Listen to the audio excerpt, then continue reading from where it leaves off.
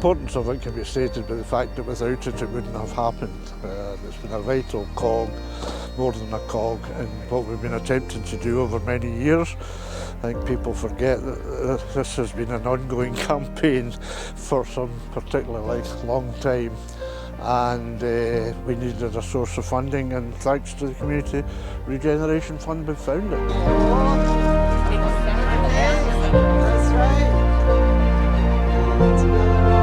It's been a long journey, and we're very grateful for the Community Council for kicking this off.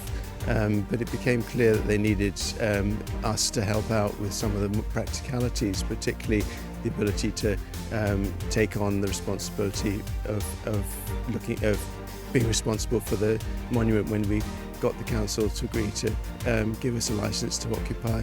So it's taken a great deal of time to sort out the legal position, to help with sorting out with some of the renovations, and to organise the system for the tours and who's going to lead the tours, and we're very grateful for the Community Council for taking on those responsibilities.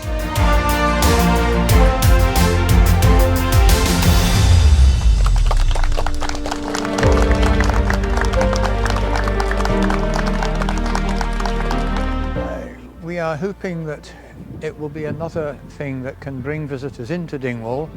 If they want to know what there is to do, here is another attraction.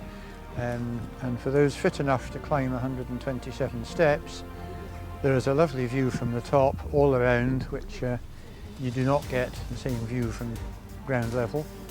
And we are hoping also that people who come to the town will make use of the many small businesses that we have here.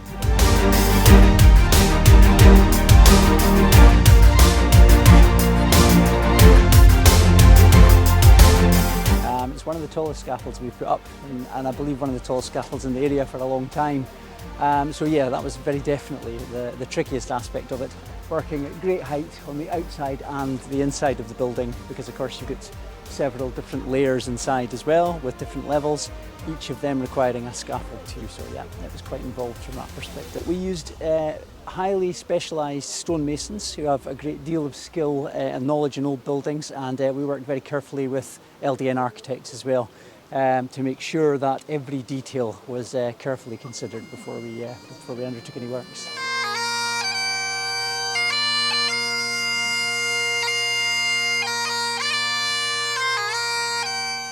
This is going to be taken over by the Community Council is looking for volunteers, so really please make yourself known to the Community Council, and they'll be able to provide some first aid training and give you the training you need to take people up on the tours.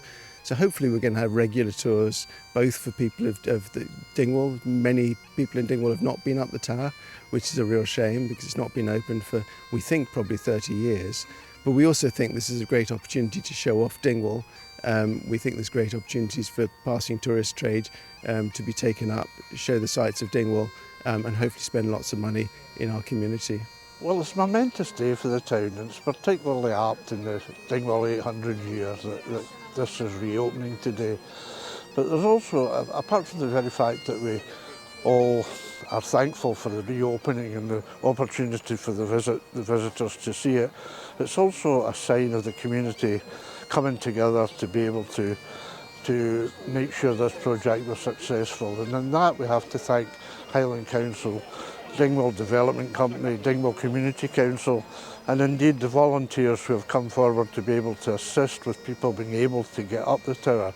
So it's a big day for the town, and we hope it will be very popular and continue for many years to come.